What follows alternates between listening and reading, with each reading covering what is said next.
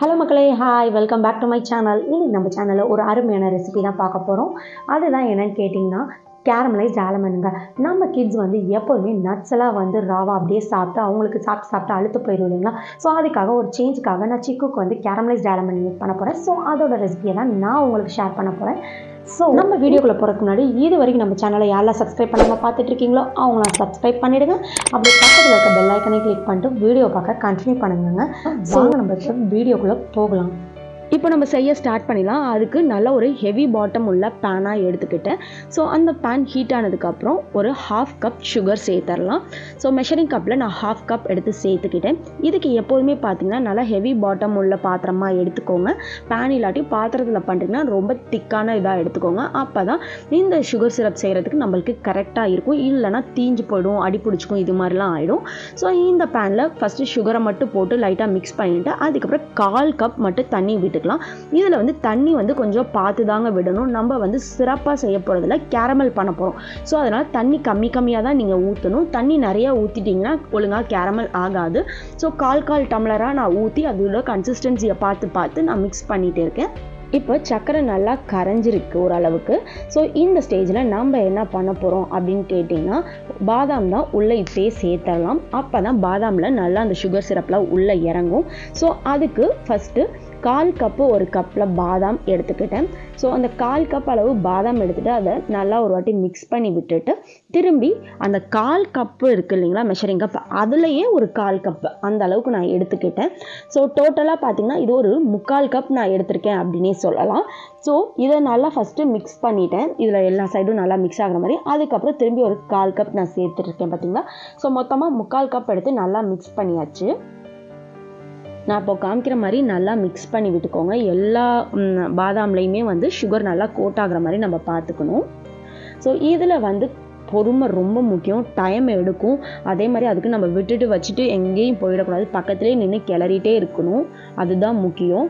So நம்ம கண்டினியூஸாக கிண்டிகிட்டே இருக்கிறப்ப பார்த்திங்கன்னா இந்த சுகர் அப்படியே கிறிஸ்டலாக ஆக ஆரம்பிக்கும். எப்படின்னா அந்த வெள்ளையாக திட்டாக வர ஆரம்பிக்கும். ஸோ அந்த ஸ்டேஜ் வரைக்கும் நம்ம இதை கிளறிட்டே இருக்கணும். ஸோ பாருங்கள், இப்போ நல்லா அந்த ஒயிட் கிறிஸ்டலாக நல்லா ஜூம் பண்ணி காமிக்கிற பாருங்கள், இது மாதிரி வந்துருச்சுங்களா. ஸோ இந்த ஸ்டேஜ் ஆகிற வரைக்கும் நம்ம நல்லா கிளறிட்டே இருக்கணும். இந்த ஸ்டேஜ் ஆனதுக்கப்புறம் தான் கேரமலைஸ் ஆகும். ஸோ இந்த ப்ராசஸ் வந்தோடனே அடுப்பை கொஞ்சம் மீடியம் ஃப்ளேமில் வச்சுட்டு அப்படியே நீங்கள் கிளறிட்டே இருந்தீங்கன்னா அந்த ஹீட் ப்ராசஸ்க்கு அப்படியே கேரமல் ஆக ஆரம்பிச்சிடும். இந்த ப்ராசஸ் வந்தோடனே நீங்கள் அடுப்பை மீடியம் ஃப்ளேமில் வச்சுருங்க. ஹையில் வச்சிங்கன்னா என்ன ஆகும்னா கேரமல்ஸ் அப்படியே கருக ஆரம்பிச்சிடும். அந்த கருகின வாடை மாதிரி அதில் வர ஆரம்பிச்சிடும். ஸோ அதனால் ஹையில் வைக்காமல் மீடியம் ஃப்ளேமில் வச்சே நீங்கள் கிளறிட்டு இருக்கணுங்க. அது கோல்டன் ப்ரௌன் ஆகணும் இது மாதிரி. ஸோ இப்போ பாருங்கள், அந்த ஒயிட் கிறிஸ்டல்ஸாக இருந்ததுலாம் கேரமல் ஆக ஆரம்பிச்சிருச்சு. ஸோ இந்த டைமில் நல்லா நம்ம மிக்ஸ் பண்ணி விட்டுட்டே இருக்கணும். இப்போ ஒன்று லைட்டாக ஒட்ட ஆரம்பிக்கும். அந்த ஸ்டேஜில் கொஞ்சம் எல்லாத்தையும் தனித்தனியாக பண்ணிவிட்டு நல்லா மிக்ஸ் பண்ணுங்கள். எல்லா சைடுமே எல்லா பாதாம்லையும் ஈக்குவலாக கோட் ஆகிற மாதிரி நம்ம பார்த்துக்கணும்.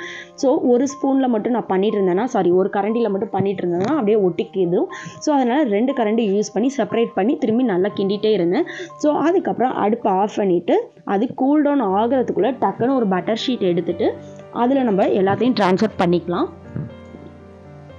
ஸோ நான் எல்லாத்தையும் ட்ரான்ஸ்ஃபர் பண்ணிகிட்ருக்கேன். ஏன்னு கேட்டிங்கன்னா ஆறிடுச்சுன்னா இது டக்குன்னு அப்படியே ஒட்டிக்கும்.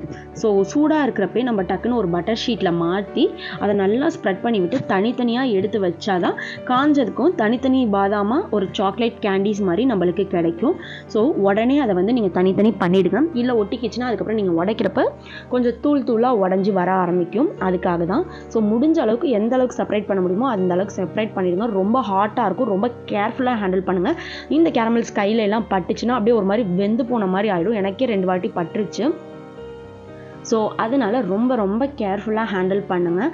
அதை தனித்தனி பண்ணுறேன்னு சொல்லி சுட்டுக்காமல் பார்த்துக்கோங்க. ஸோ இது மாதிரி ஒரு ட்ரேயில் போட்டு நான் அப்படியே ஒரு 2 to 3 hours விட்டுட்டேன் நியர்லி. அதுக்கப்புறம் பார்த்திங்கன்னா இங்கே பாருங்கள் பேப்பரில் எப்படி ஒட்டிக்கிச்சின்னு பாருங்கள். ஸோ இதை அப்படியே நம்ம உடச்சிட்டு அப்படியே திருப்பி விடலாம் அப்படின்னு ட்ரை பண்ணி பார்த்தேன். அப்போயே பாருங்கள் லைட்டாக அங்கங்கே உடஞ்சிச்சு பேப்பரில் ஒட்டினதே. ஸோ அதுக்கப்புறம் திரும்பி இதை ஒரு 1/2 hour to 1 hour விட்டுறலாம், இன்னும் கொஞ்சம் நல்லா காயட்டும் அப்படின்னு சொல்லிட்டு இதை உடச்சி விட்டுட்டு நான் பிளான் பண்ணினேன். ஏன்னா இதை எப்படி எனக்கு ட்ரை பண்ணுறதுன்னு தெரில. நீங்கள் ஹீட்டில் வச்சு ட்ரை பண்ணிங்க அப்படின்னா இது வந்து மெல்ட் ஆக ஆரம்பிக்கும். ஃப்ரிட்ஜில் வச்சிங்கன்னா ஒரு மாதிரி ஸ்டிக்கியாக ஆகிடும். ஸோ நீங்கள் நார்மல் ஓப்பன் ஏரில் மட்டும்தான் வச்சு இதை ட்ரை பண்ண முடியும். அப்படி இல்லைன்னா நம்ம இதை அவனில் ட்ரை பண்ணலாம். பட் என்கிட்ட வந்து அவன் இல்லை. ஸோ அதனால நான் வந்து இது மாதிரியே வந்து நார்மலாக ட்ரை பண்ணி நம்ம எடுத்து வச்சுக்கலாம் அப்படின்னு சொல்லிட்டு தான் இதை ட்ரை பண்ணியிருந்தேன். ஸோ இதை உடைக்கவே அவ்வளோ நேரம் ஆனிச்சு. பாருங்கள், நம்ம தனித்தனியாக வச்சுமே கொஞ்சம் அப்படியே ஒட்டி இருக்கு பாருங்கள். ஸோ இதெல்லாம் நான் தனித்தனியாக எடுத்து விட்டுட்டு அதுக்கப்புறம் திரும்பி நான் ட்ரை பண்ணலான்ட்டு இருக்கேன். ஸோ இப்போ எல்லாத்தையும் தனித்தனியாக எடுத்தாச்சு. இப்போ பாருங்கள், நம்மளது நல்லாவே ட்ரை ஆயிடுச்சு. ஸோ இது மாதிரி தான் இந்த கேரமலைஸ்டு பாதாம் ஃபைனல் லுக் இருக்கும். ஸோ இது வந்து கிட்ஸுக்கு வந்து ஒரு ஈவினிங் ஸ்நாக்ஸாவோ அது மாதிரி நீங்கள் கொடுக்கலாம். பட் இதை வந்து ரெகுலராக கொடுக்குறது வந்து ஹெல்த்தி வெர்ஷன் கிடையாது என்ன பொறுத்துக்கும். ஏன்னா நிறைய நம்ம சுகர் தான் ஆட் பண்ணியிருக்கோம் இல்லைங்களா. ஸோ இதுக்கு பதிலாக நான் நெக்ஸ்ட் டைம் வந்து நாட்டு சக்கரை அது மாதிரி ட்ரை பண்ணலான்னு இருக்கேன். ஸோ அது எப்படி வருதுன்னு பார்த்துட்டு நான் உங்களுக்கு சொல்கிறேன். பட் இது சம்டைம்ஸ் கிட்ஸ் வந்து எப்போதுமே ஆலமண்ட் சாப்பிட்டு அதை போர் அடிச்சிடும் இல்லைங்களா. ஸோ ஒன் டைம் வந்து நம்ம இது மாதிரி ஸ்வீட்டாக, ஒன் டைம் வந்து பார்த்திங்கன்னா மசாலா அது மாதிரி ட்ரை பண்ணி பார்க்கலாம். ஸோ என்னோட ஸ்வீட் வெர்ஷன் ஆஃப் ஆலமண்ட் இதுதான். ஸோ கேரமலைஸ்டு ஆலமண்ட் வந்து அவுட்கம் சூப்பராக இருந்தது. செம்ம டேஸ்டியாகவும் க்ரன்ச்சியாகவும் இருந்தது. ஸோ கண்டிப்பாக நீங்களும் ட்ரை பண்ணி பார்த்துட்டு எப்படி வந்துச்சுன்னு மறக்காமல் கமெண்ட் பாக்ஸில் சொல்லுங்கள் மக்களே. எனிவே தேங்க்ஸ் ஃபார் வாட்சிங் மை சேனல். நம்ம நெக்ஸ்ட் வீடியோவில் மீட் பண்ணலாம். பாய் பாய்.